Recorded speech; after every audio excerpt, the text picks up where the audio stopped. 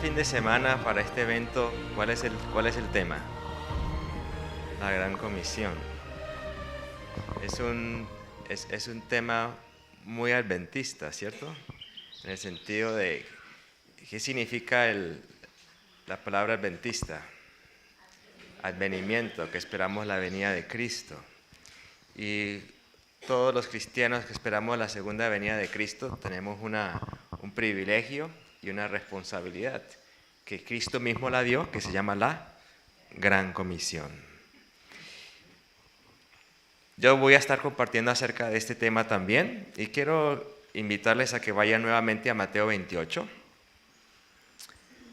Los 3 versículos que encontramos allí cubren diferentes aspectos y en la mañana de hoy quiero que centremos nuestra atención en nuestro estudio a la primera declaración que hace Jesús.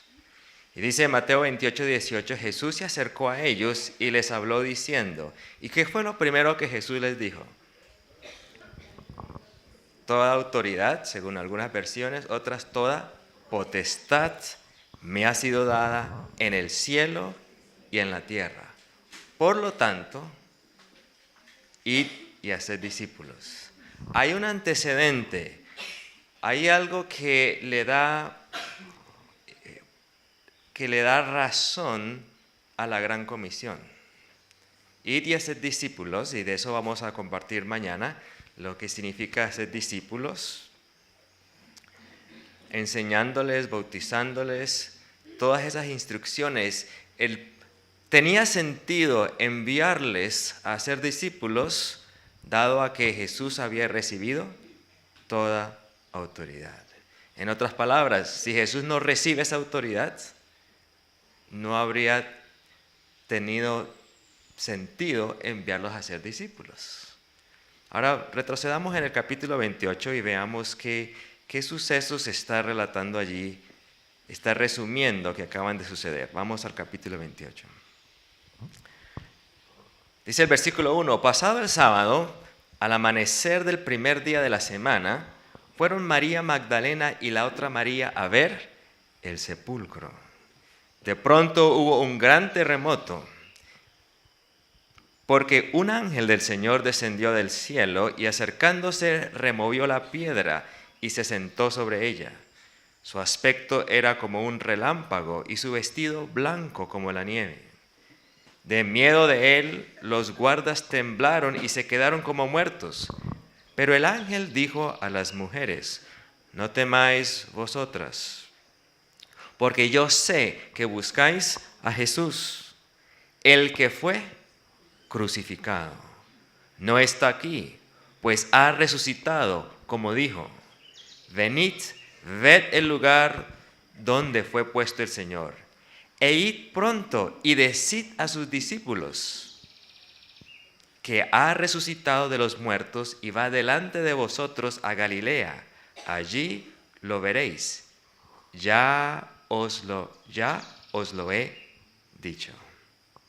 Entonces ellas, saliendo del sepulcro con temor y a la vez con ¿qué? Gran gozo, fueron corriendo a dar las nuevas a sus discípulos. Y esa palabra nuevas con gozo, las buenas nuevas, es una expresión que se resume en el Evangelio, las buenas nuevas del Evangelio. Se fueron a dar las nuevas a sus discípulos. Y mientras iban a dar las nuevas a los discípulos, Jesús les salió al encuentro, diciendo, salve. Y ellas acercándose abrazaron sus pies y lo adoraron. Entonces Jesús les dijo, no temáis, id, dad las nuevas a mis hermanos para que vayan a Galilea y allí me verán. Mientras ellas iban, sucedió que unos de la guardia fueron a la ciudad y dieron aviso. Hubo otros que también salieron a dar noticias. Aquí utiliza la palabra a dar aviso. A los principales sacerdotes de todas las cosas que habían acontecido. Estos se reunieron con los ancianos después de ponerse de acuerdo, diciendo, dieron mucho dinero a los soldados, diciéndoles: decid vosotros, sus discípulos llegaron de noche y lo hurtaron, mientras nosotros estábamos dormidos. Y si esto lo oye el gobernador, nosotros lo persuadiremos y os pondremos a salvo. Y ellos tomaron el dinero e hicieron como se les había instruido. Este dicho se ha divulgado entre los judíos hasta el día de hoy. Y en el contexto muchas cosas estamos viendo, pero en este punto quiero enfatizar un evangelio verdadero y un evangelio falso. Un evangelio falso. Unas noticias gratas y unas noticias, un aviso basado en la mentira, la falsedad y en encubrir la realidad. Que permanece ¿hasta cuándo? Hasta hoy en día. Entonces, con ese preámbulo, con ese contexto, llegamos al versículo 16. Pero los 11 discípulos se fueron a Galilea, al monte donde Jesús les había ordenado. Cuando lo vieron, lo adoraron, aunque algunos dudaban. Jesús se acercó y les habló diciendo: toda potestad me es dada en el cielo y en la tierra. Por lo tanto, id y haced discípulos. Y continúa: toda potestad me ha sido dada. Jesús recibió autoridad. ¿Y por qué es importante que Jesús haya hecho esa declaración? Es una declaración que nos pone en el marco del gran conflicto. Ese conflicto se inició en el cielo. ¿Y cuál fue la acusación de Lucifer, el ángel con más responsabilidad, autoridad, con más potestad y jerarquía en el universo? ¿Cuál fue la acusación que él hizo? Que engañó a la tercera parte de los ángeles. ¿Cuál fue su acusación? Y su acusación fue contra Dios, contra el carácter de Dios y contra Jesucristo. Contra Jesucristo. Vamos a Apocalipsis capítulo 12, el capítulo profético que nos resume el gran conflicto. Apocalipsis capítulo 12.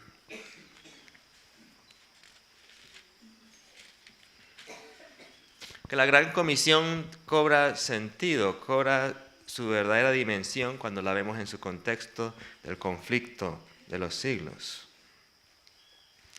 Apocalipsis 12, vamos a leer el versículo 7.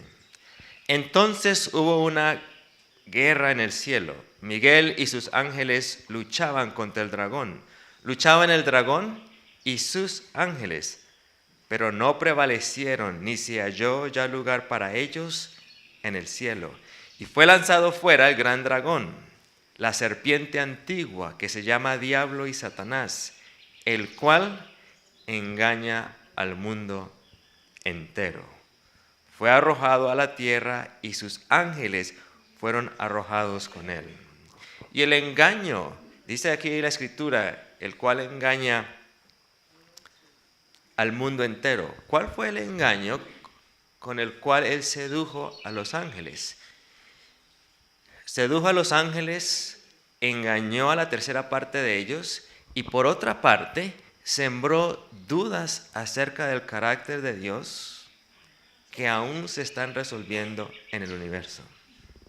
Aún se están despejando. Y por eso Cristo aún no ha venido, hasta que quede completamente despejadas esas mentiras de Satanás con respecto a Dios. Porque si queda alguna duda en la mente de los que le rinden adoración, queda allí la semilla para que vuelva a surgir el pecado en el universo.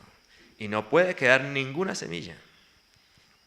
¿Han tenido ustedes la experiencia de un malentendido, de una situación difícil con una persona y luego conversan, se aclara, se hacen las paces, pero queda una semillita por ahí como de duda, como sí sería completamente sincero, pero esto que me dijo como que no quedó muy claro. Y cuando queda esa semillita, pasado el tiempo, si sucede cualquier otro incidente, ¿qué hace uno? Empieza, como decimos acá, a atar cabos. Decir, ese no ha cambiado, sigue igualito. La gran controversia quiere despejar toda duda en los que creen en el Señor. Sigue diciendo Apocalipsis 12. Sí que el conflicto, Satanás siembra duda contra el carácter de Dios, contra su ley, y en la esencia de esa calumnia asevera que el interés de Dios en someter a los ángeles y sus criaturas a la ley es un interés arbitrario, porque Él quiere ser el centro, y quiere ser el centro porque Dios es egocéntrico, es egoísta, y por lo tanto impone una ley innecesaria a sus criaturas. Satanás acusó a Dios de ser egoísta y que el propósito de su ley era opresión arbitraria. ¿Cómo podía Dios desmentir esa acusación? Cuando desde el punto de vista práctico, Él era el centro, ¿sí o no? Sin Él no hay vida. Él es el que siempre ha sido, Él es la vida, Él es la luz. De Él dependían para vivir. En cierta forma, y la analogía es imperfecta, pero si usted tiene un hijo o una hija, ¿cómo puede usted negar el hecho de que es el padre, la madre? Es un hecho. Y ese hecho nunca va a cambiar. Así pasen 60, 80 años, usted va a seguir siendo la madre o el padre de ese hijo. Y ese, quien tuvo la oportunidad de traerlo a este mundo. En el caso nuestro, pues damos vida porque Dios nos ha confiado ser esos vehículos, porque en sí nosotros no tenemos vida ni la podemos prolongar, pero en el caso de Dios, Él es la vida, Él es la vida. Y siendo Él la vida, siendo Él el creador, siendo Él el sustentador de todas las cosas, pues las criaturas dependen de Él. Ahora esa sumisión de esa dependencia es una sumisión para su propio bien. Y esa sumisión es a un carácter que les va a dar felicidad, pleno desarrollo. Y Satanás le dice no, esa sumisión es simplemente porque Él quiere tenerlos siempre allí sometiditos a Él. Es por eso. Y no es necesaria. Y les voy a dar una prueba de que eso es así. ¿Por qué a mí no se me permite entrar a los concilios que son solo entre el Padre y el Hijo? ¿Por qué no? Me están discriminando. ¿Y eso era cierto eso que Lucifer no podía entrar en esos concilios? Era cierto, claro. A ese nivel, solo la deidad. A ese nivel no podía entrar una criatura. Y una de las cosas que a los seres humanos y que Satanás nos sembró eso es el espíritu de rebelión, el no querer someternos a algo así sea bueno. ¿Por qué? Porque no, yo no me quiero someter. Y de hecho, ese conflicto empieza a manifestarse aún en los hijos. No sé si ustedes lo vivieron cuando eran jovencitos, yo lo viví. En que llega una edad en que usted ya no quiere ni pedir consejo, ni aceptar consejo, por bueno que sea. Porque usted quiere hacer lo que le da la gana.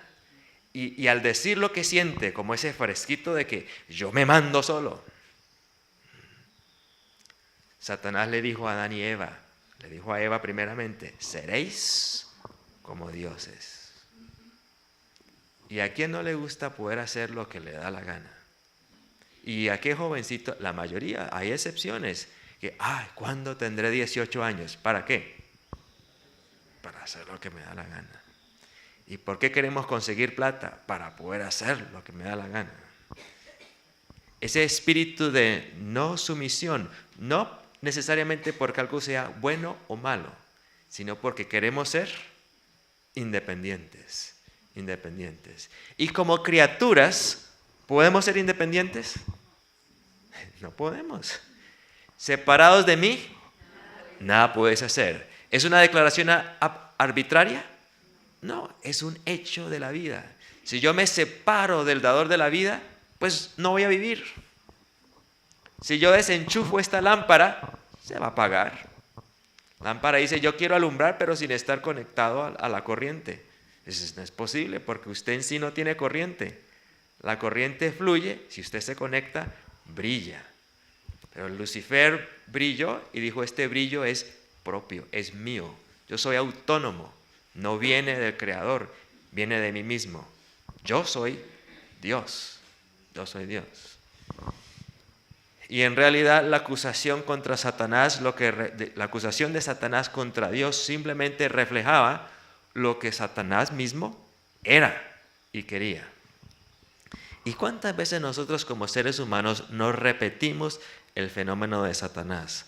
Acusamos a otro de lo que nosotros mismos estamos sintiendo. Acusamos a otro del fermento que yo siento.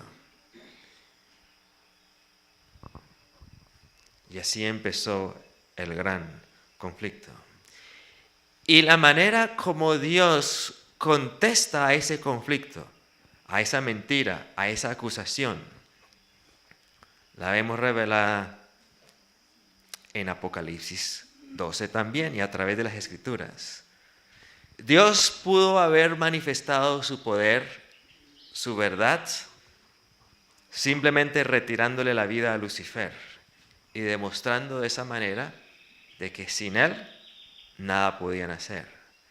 Pero no escogió hacer eso.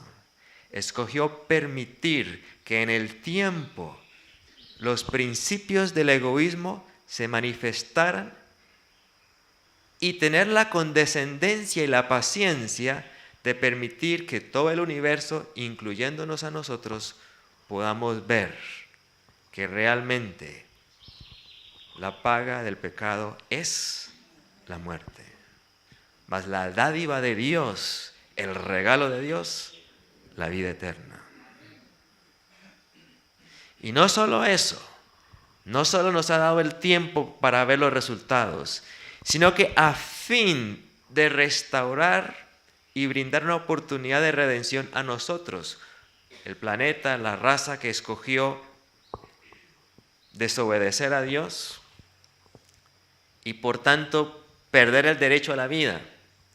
Dios envió a su Hijo unigénito, al inocente, para que muriera en lugar nuestro. Para que muriera en lugar nuestro. Y no solo muriera, sino que tomara la forma humana, viniera a este mundo como un indefenso bebé, sufriera todas las situaciones humanas que son comunes a nosotros, y luego fuese humillado, torturado y finalmente la muerte más vergonzosa al Dios eterno hacer eso. Dice el deseado de todas las gentes, hablando de ese hecho en el capítulo, consumado es. Consumado es. Página 709. Bueno, leamos un poquito de antes. Desde la página 708.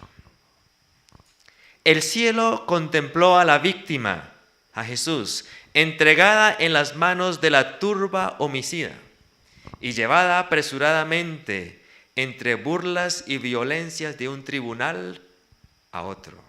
Oyó los escarnios de sus perseguidores con referencia a su humilde nacimiento. Oyó a uno de sus más amados discípulos negarle con maldiciones y juramentos. Vio la obra frenética de Satanás y su poder sobre los corazones humanos. ¡Oh, terrible escena! El Salvador apresado a medianoche en Getsemaní, arrastrado de aquí para allá desde el palacio al tribunal, emplazado 2 veces delante de los sacerdotes, 2 veces delante del Sanedrín, 2 veces delante de Pilato y 1 vez delante de Herodes. Todo en un plazo de tiempo tan corto. Burlado, azotado, condenado y llevado a ser crucificado, cargado con la pesada cruz entre el llanto de las hijas de Jerusalén y los escarnios, la burla del populacho. El cielo contempló con pesar y asombro a Cristo colgado de la cruz, mientras la sangre fluía de sus sienes heridas y el sudor teñido de sangre brotaba en su frente. De sus manos y sus pies caía la sangre, gota a gota, sobre la roca horadada para recibir el pie de la cruz. Las heridas hechas por los clavos se desgarraban bajo el peso de su cuerpo. Su jadeante aliento se fue haciendo más rápido y más profundo, mientras su alma agonizaba bajo la carga de los pecados del mundo. Los pecados tuyos y los pecados míos allí incluidos. Todo el cielo se llenó de asombro cuando Cristo ofreció su oración en medio de sus terribles sufrimientos. Padre, perdónalos, porque no saben lo que hacen. Sin embargo, allí estaban los hombres formados a la imagen de Dios, uniéndose para destruir la vida de su Hijo unigénito. ¡Qué espectáculo para el universo celestial!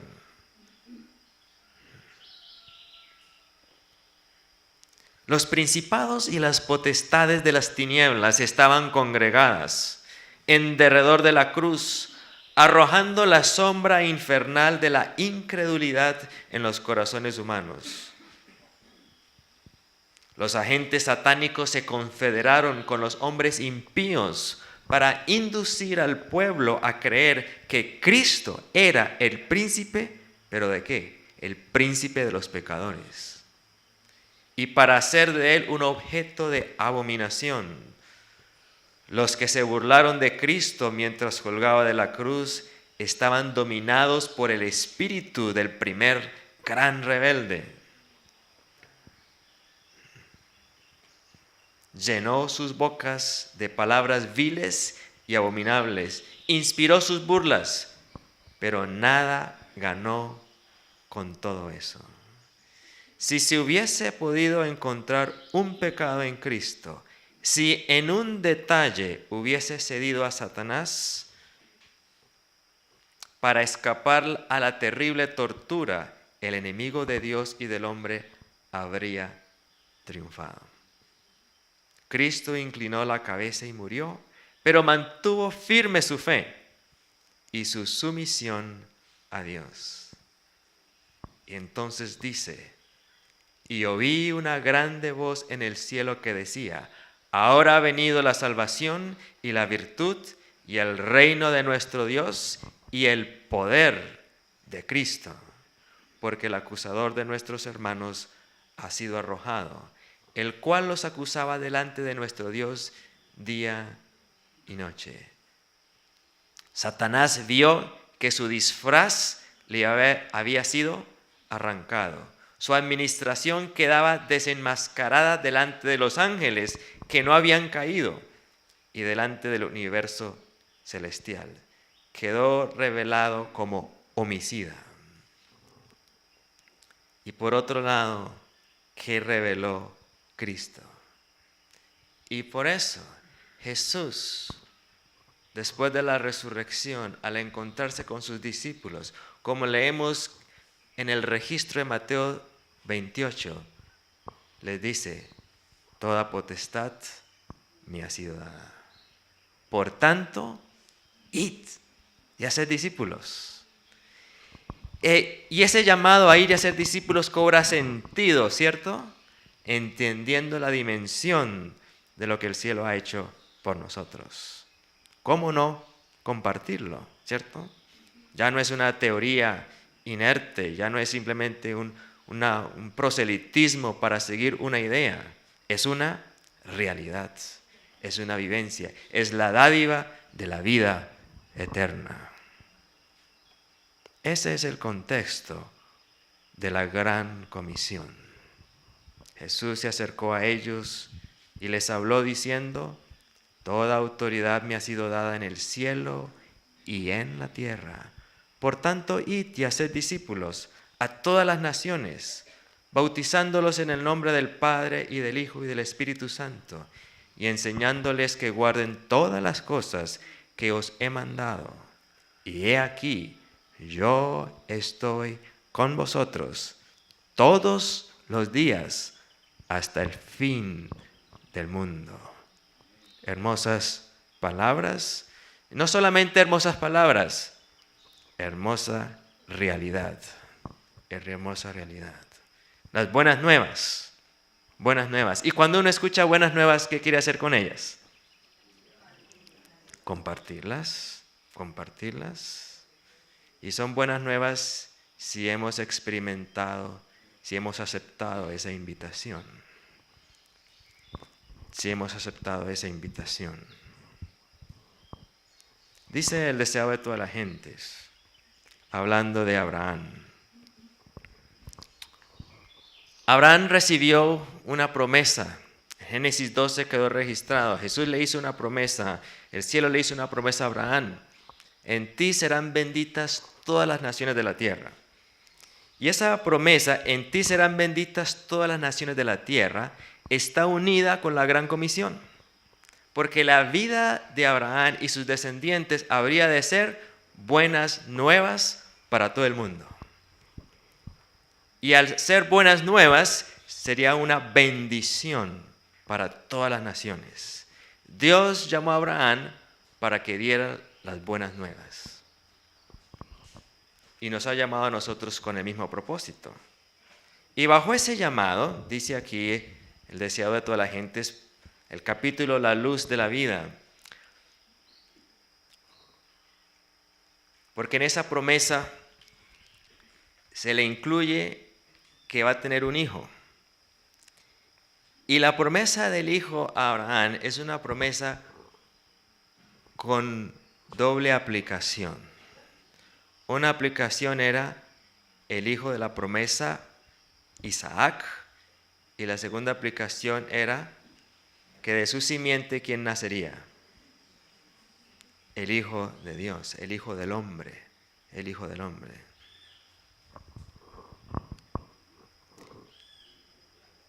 Con esa en mente, y Abraham algo entendió de eso, porque dice la inspiración, Abraham había deseado mucho ver al Salvador prometido. Elevó la más ferviente oración para que antes de su muerte pudiera contemplar al Mesías. ¿Y qué clase de oración fue la de Abraham? Dice, la más ferviente oración, que antes de su muerte pudiera contemplar al Mesías. Bueno, ¿cuántos de nosotros tenemos ese tipo de oración? Y dice, y vio a Cristo. Cuando yo leí esto la primera vez, yo dije, pero ¿cómo así? Si Abraham vivió tantos años antes de Jesús, ¿cómo lo vio? Se le dio una iluminación sobrenatural y reconoció el carácter divino de Cristo. Vio su día y se gozó. Y se gozó. Y luego explica, y ustedes conocen este pasaje, ¿cierto? ¿Cómo fue que tuvo esa visión? Se le dio una visión del sacrificio divino por el pecado. En otras palabras, de las escenas que acabamos de leer de la cruz. Tuvo una ilustración de ese sacrificio en su propia vida. Tuvo una ilustración de ese sacrificio, del sacrificio divino por el pecado en su propia vida. Y entonces explica, recibió la orden, toma ahora a tu hijo, tu único hijo, Isaac, a quien amas, y ofrécelo en holocausto. Sobre el altar del sacrificio colocó al hijo de la promesa. Y conocemos la historia en Génesis capítulo 22, de esa marcha, de esos 3 días. Y no es una leyenda, no es un mito, fue una realidad.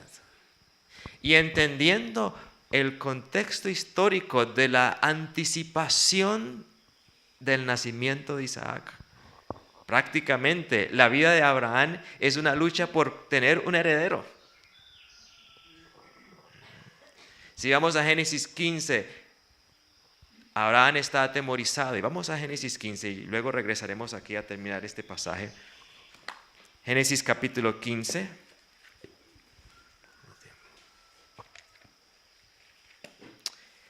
Abraham está atemorizado, acaba de regresar de cumplir la voluntad del Señor liberando a Lot, que había caído cautivo en una guerra contra los reyes de las ciudades, entre ellas incluidas Sodoma y Gomorra.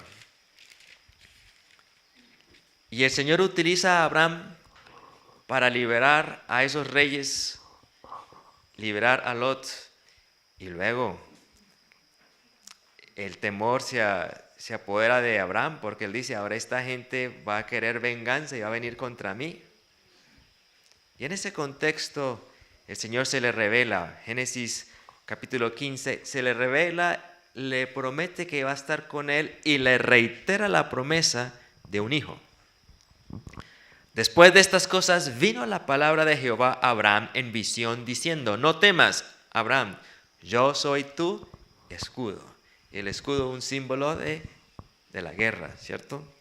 Y tu recompensa será muy grande. No temas, tu recompensa será muy grande. ¿Cuál será tu recompensa? Respondió Abraham, Señor Jehová, ¿qué me darás si no me has dado hijos? Y el mayordomo de mi casa es ese Eliezer, el Damaseno. Dijo también Abraham, como no me has dado prole, mi heredero será un esclavo nacido en mi casa. Y noten eso, un esclavo nacido en mi casa, no un hijo. Y aquí hay un paralelo muy interesante.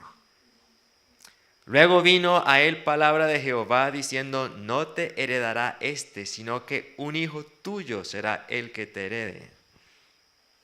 Entonces lo llevó fuera y le dijo, mira ahora los cielos y cuenta las estrellas, si es que las puedes contar. Así será tu descendencia. Abraham creyó a Jehová y le fue contado por justicia. Ya regresaremos a Génesis 15 porque hay otra lección allí que quiero compartir en esta mañana. Pero es bajo ese cumplimiento, esa promesa de Isaac, que entonces cobra sentido cuando en Génesis 22 el Señor le dice, toma ahora a tu hijo, tu único hijo, Isaac, a quien amas, y ofrécelo en holocausto. Ofrécelo en holocausto. Entonces sigo leyendo del deseado de todas las gentes. Sobre el altar del sacrificio, capítulo La luz de la vida, del deseado de todas las gentes. Sobre el altar del sacrificio colocó al hijo de la promesa, el hijo en quien se centraban sus esperanzas. Luego, mientras aguardaba junto al altar con el cuchillo levantado para obedecer a Dios, oyó una voz del cielo que le decía, no extiendas tu mano sobre el muchacho, ni le hagas nada, porque ya conozco que temes a Dios, por cuanto no me rehusaste tu hijo, tu único. Y eso trae, esas palabras inspiradas nos hacen pensar en Juan 3:16, ¿cierto? Porque de tal manera amó a Dios al mundo que ha dado ¿a quién? A su hijo, su único hijo. Por cuanto no me rehusaste tu hijo, tu único. Entonces aclara la inspiración, se le impuso esta terrible prueba a Abraham para que pudiera ver el día de Cristo y comprender el grande amor de Dios hacia el mundo. Tan grande que para levantarlo de su degradación dio a su Hijo unigénito para que sufriera la muerte más ignominiosa.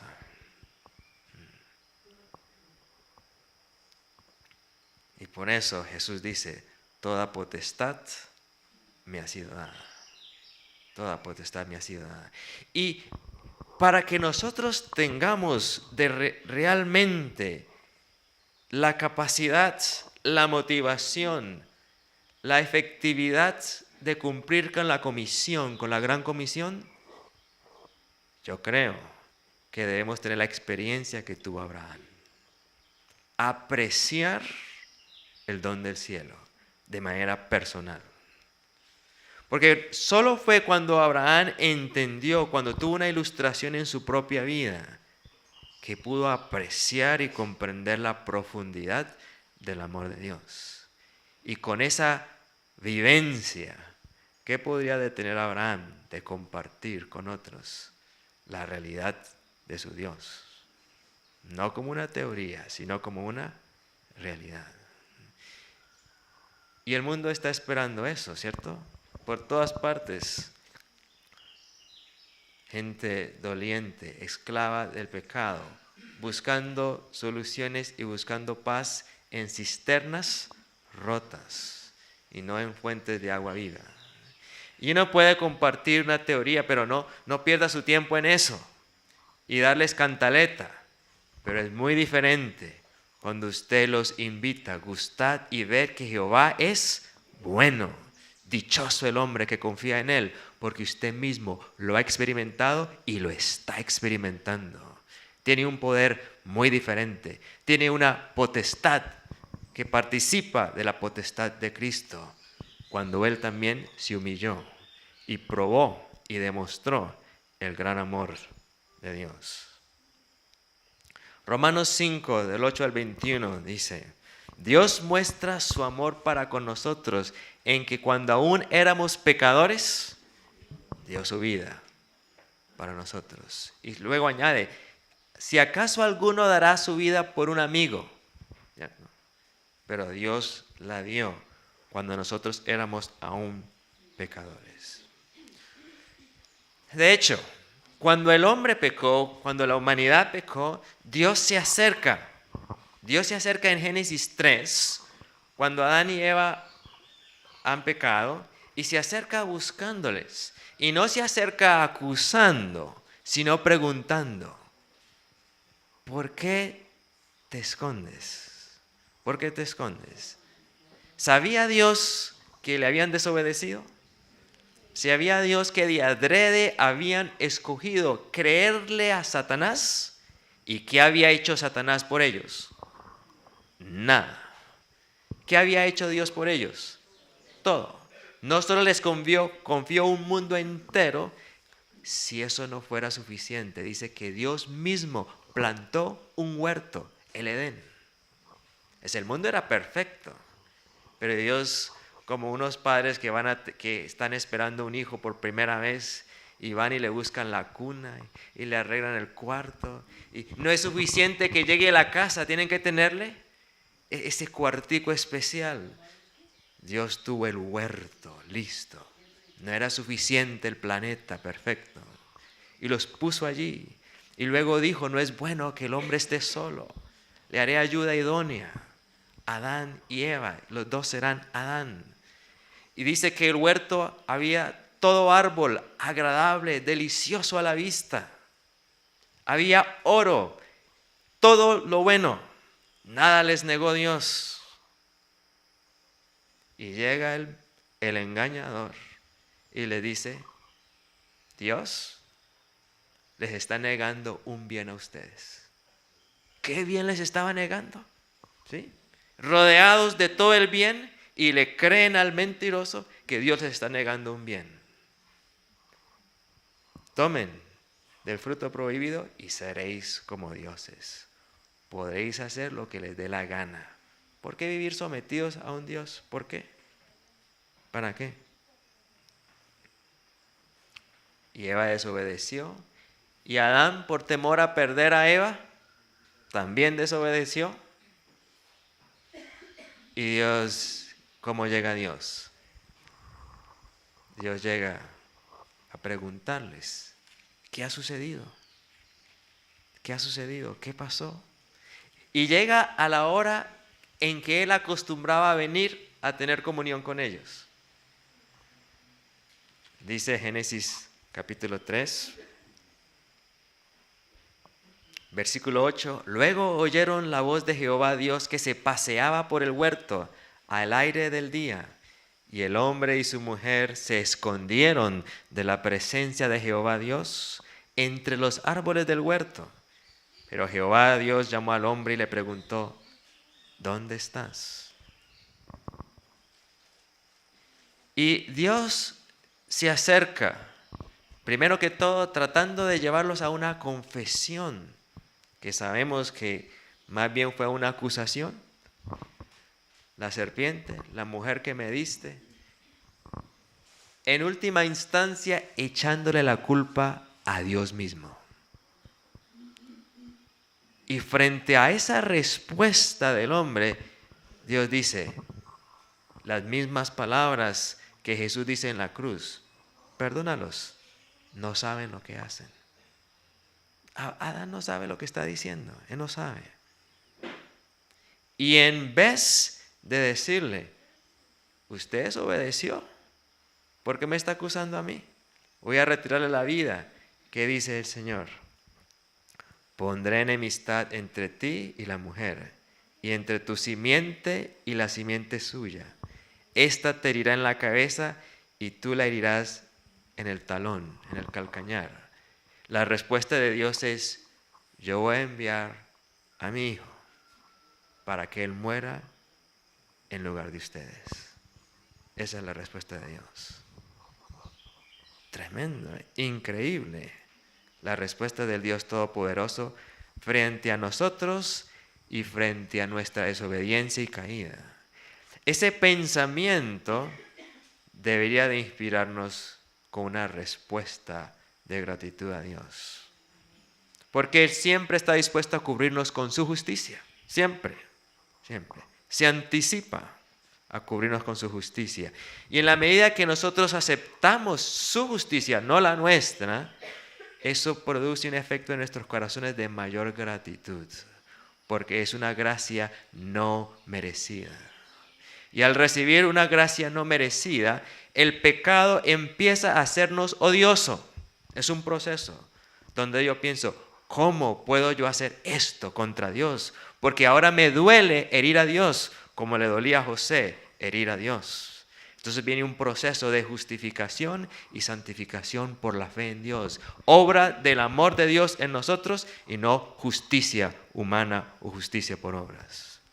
Que Dios quiere que experimentemos ese gozo y le demos ese gusto también a quienes, a nuestros hijos y a los que nos rodean.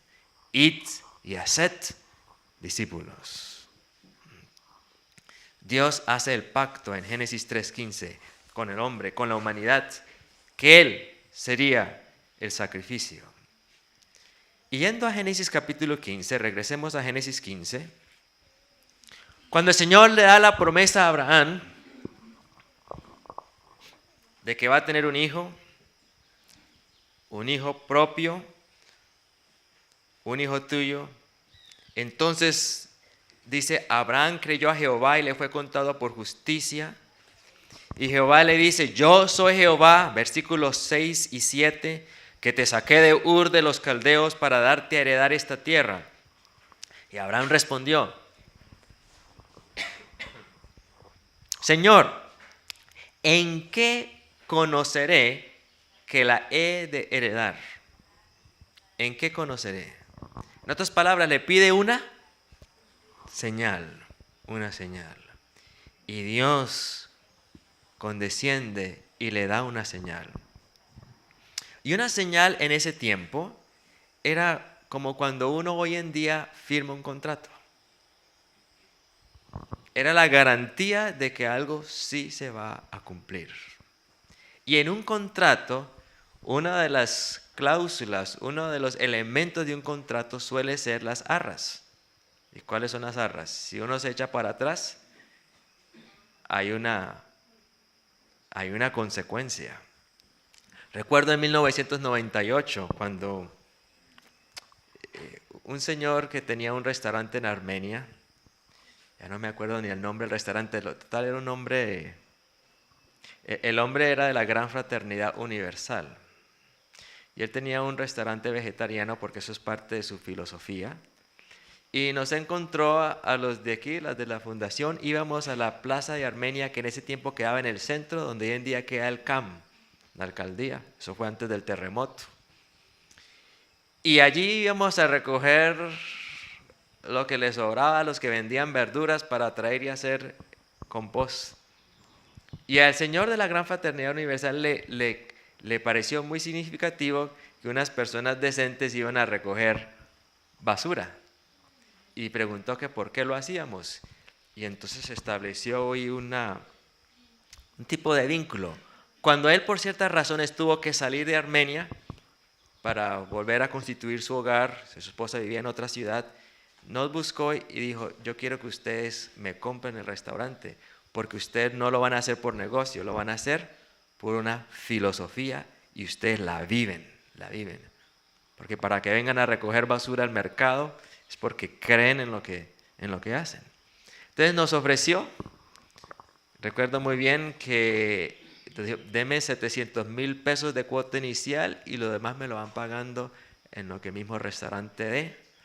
La venta total eran 4 millones de pesos, recuerdo, en el año 98. Y yo dije, Señor, si eso es tu voluntad, tú tienes que abrir las puertas. No teníamos ningún interés de tener algo en la ciudad, ni con fines comerciales. Y esa semana, de la nada, humanamente, pero el Señor es el que hace las cosas, una persona me consignó 700,000 pesos a la cuenta. Exactamente los 700,000 pesos, sin llamarlo, y primera vez que esa persona lo hace. Bueno, oramos y pagamos la cuota inicial y nos metimos en eso. Pero algunos hermanos aquí en la fundación creyeron que era un paso precipitado, algunos estuvieron a favor, otros en contra. Llegó mi papá de visita y hablaron con él y le dijeron, no, pastor, mire, su hijo se metió en eso y ahora vamos a descuidar la agricultura y bueno, tantas buenas opiniones, ¿cierto? Y entonces mi papá habló conmigo y me dijo, Norberto, yo creo que usted se precipitó, escuchaba a los hermanos, sálgase de eso. Y dije, bueno, yo me someto a la opinión de ustedes, yo considero que fue algo providencial, pero yo me someto. Me fui para Armenia a hablar con el que se había hecho el negocio, y entonces hablé con el administrador, el hermano de aquí, la fundación que estaba allá, y me muestra el contrato.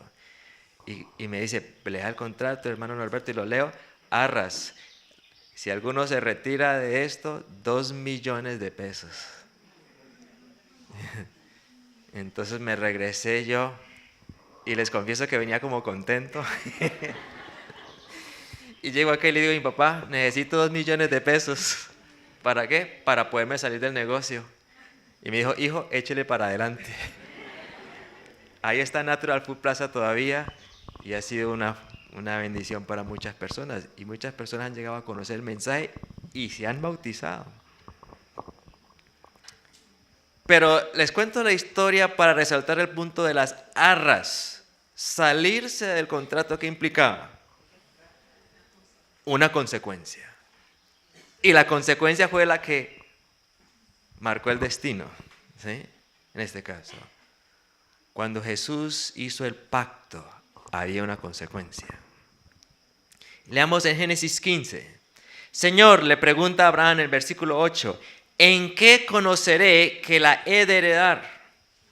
Jehová le dijo, tráeme una becerra de 3 años, una cabra de 3 años y un carnero de 3 años y una tórtola y un palomino. Ahora, si usted lee un comentario o si leyó el folleto de escuela sabática de este semestre, de este trimestre, bajo los pactos, allá encuentra una explicación de que en esos tiempos, y era costumbre del imperio hitita, que cuando habían acuerdos entre personas, firmaban un pacto, lo que hoy en día sería un contrato. Y un pacto solía ser entre una persona de más categoría, de más autoridad, un terrateniente, un señor, un noble, y un vasallo, alguien que estaba en una posición sumisa, de subordinación a alguien con más autoridad. Se hacía ese tipo de acuerdo.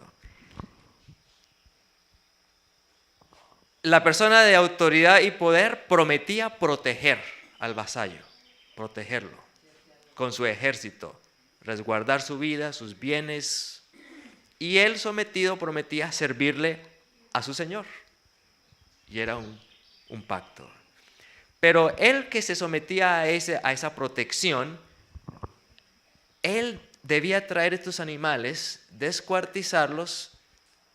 Si era de mucho dinero, traía animales de más valor. Si era pobre, pues simplemente traía un par de palomas. Las palomas no las partían. Y debía caminar por el medio de los animales partidos. El que se sometía al Señor caminaba por medio. Ese caminar por el medio de los animales, ¿qué representaba? Así se me haga a mí si incumplo con este pacto, que yo sea descuartizado. Eso era lo que significaba el pacto. Vamos a Génesis 15 y leamos entonces que el Señor le habla a Abraham en el lenguaje de su cultura. Vamos a hacer un contrato. Vamos a hacer un contrato. Tráeme, ¿quién le está hablando? Dios. Tráeme una becerra de 3 años, una cabra de 3 años, un carnero de 3 años y una tórtola y un palomino. Tomó Abraham todos estos animales, los partió por la mitad y puso cada mitad enfrente de la otra, pero no partió las aves. Y descendían aves de rapiña sobre los cuerpos muertos, pero Abraham las ahuyentaba. A la caída del sol cayó sobre Abraham un profundo sopor y el temor de una gran oscuridad cayó sobre él. Jehová le dijo, ten por cierto que tu descendencia habitará en tierra ajena y será esclava allí y será oprimida 400 años. Pero también a la nación a la cual servirán juzgaré yo, y después de esto saldrán con gran riqueza. Tú en tanto te reunirás en paz con tus padres y serás sepultado en buena vejez. Y tus descendientes volverán acá en la 4ª generación, porque hasta entonces no habrá llegado a su colmo la maldad del amorreo. Le cuenta toda la historia. Y después de eso, ustedes regresarán y esta tierra será de ustedes, como se lo he prometido. Cuando se puso el sol y todo estaba oscuro, apareció un horno humeante y una antorcha de fuego. Ahora ese horno humeante y esa antorcha de fuego, ¿qué era? La presencia de Dios. Así como la columna de fuego que años después dirigió al pueblo hebreo por el desierto. Y ese horno humeante y esa antorcha de fuego, ¿qué hizo? Se pasaba por entre los animales divididos. Aquel día hizo Jehová un pacto con Abraham. En otras palabras, Abraham no fue el que caminó entre los animales. ¿Quién caminó entre los animales? La presencia de Dios. Él fue el que dijo, el poderoso, yo muero si no te cumplo esto. Totalmente contrario a lo que era la costumbre. Y realmente, ¿quién fue el que murió? Dios murió. Dios siempre ha sido fiel a su pacto. ¿Quiénes somos los que no somos fieles? Nosotros. Y la fidelidad no está en qué consiste. Creer. Porque el que creyere, le será contado por justicia. Abraham creyó. Y al creer, ¿qué le dio Dios a Abraham? Una ilustración del amor de Dios en su propia vida. Y cuando tú y yo recibimos el amor de Dios por experiencia, es ese amor el que nos impulsa, el amor de Dios, ¿a qué? A guardar su ley. No por obras, para que nadie se gloríe. Es una obra de la fe. La fe que obra por el amor. Por tanto, id y haced discípulos. Es mi oración, hermanos, que tú y yo apreciemos la potestad que Cristo ha recibido por lo que Él ha hecho en la cruz, por ti y por mí. Que recibamos esa dádiva en esta mañana.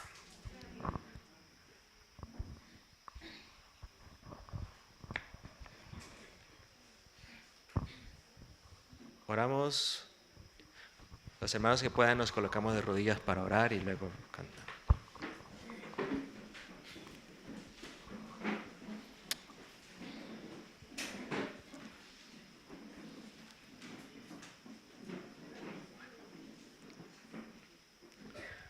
Padre Celestial, en esta mañana estamos agradecidos y quisiéramos que tu Espíritu Santo impresione nuestras mentes y nuestros corazones por medio de tu palabra.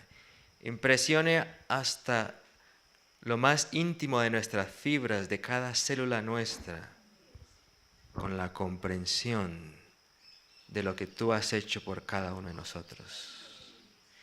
Que al leer las palabras de Jesucristo, toda potestad me ha sido dada,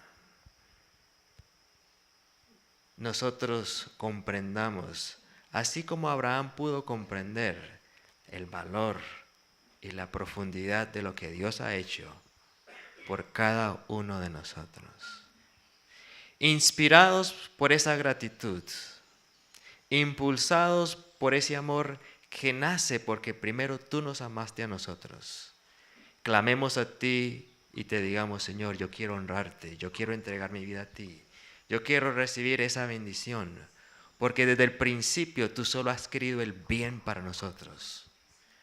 Rompe ese engaño, esa infatuación que tenemos con el pecado y danos el deseo de gustar y ver que Dios es bueno. Y al experimentar el gozo de la salvación, entonces permítenos experimentar el gozo de compartir con otros esas buenas nuevas de salvación. Es nuestra súplica, es nuestra ofrenda de gratitud en esta mañana. En el nombre de Jesús. Amén, Señor.